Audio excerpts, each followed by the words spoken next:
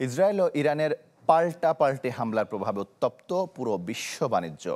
জ্বালানি, খনিজ, ভোগ্যপণ্য, পুঁজিবাজার সব জায়গায় এসেছে আঘাত। ধারণা করা হচ্ছে আগামী 1 বছরে $1 ট্রিলিয়ন বৈশ্বিক বাণিজ্য ক্ষতির মুখে পড়বে।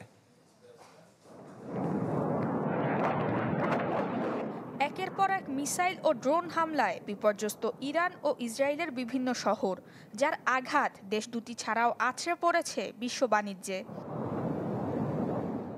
ইরানের হামলার দিনই জ্বালানি তেলের বাজার 7% বৃদ্ধি পেয়েছে।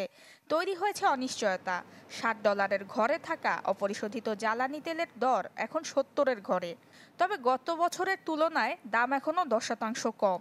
এ অবস্থায় যদি তেলের ব্যারেল প্রতি দাম $100 পৌঁছায়, তবে উন্নত দেশগুলো তাদের অর্থনীতির 1% হারাবে, যা বিশ্ব জিডিপির 0.7%।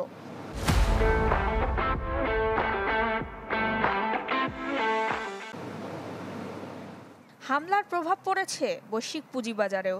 ডাও জোন্স সূচক হারিয়েছে 2.5%, S&P 500 ও নাসডাক হারিয়েছে 1.5%।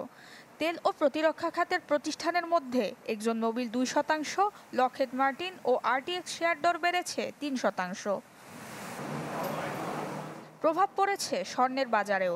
2.25% বেড়ে এ মূল্যবান ধাতুর দাম আন্তর্জাতিক বাজারে প্রতি আউন্স এখন $3,500 ঘরে। ভারতের বাজারে প্রতি 10 গ্রামের দাম বেড়েছে 2,000 রুপি। আর দুবাইয়ে 24 ক্যারেটের প্রতি গ্রাম স্বর্ণের দাম এখন প্রায় $115, যা এবছরের দ্বিতীয় সর্বোচ্চ দাম। যুদ্ধে ইসরায়েলের জিডিপি কমতে পারে 1.5%, বাজেট ঘাটতি দাঁড়াবে 15%। আগামী 10 বছরে দেশটির ক্ষতি ছাড়াবে $400 বিলিয়ন। যুদ্ধে ইরানের জিডিপিতে আঘাত আসবে 10%, বাজেট ঘাটতি দাঁড়াবে 6.5%। নুসরাত মৌমি, চ্যানেল 24।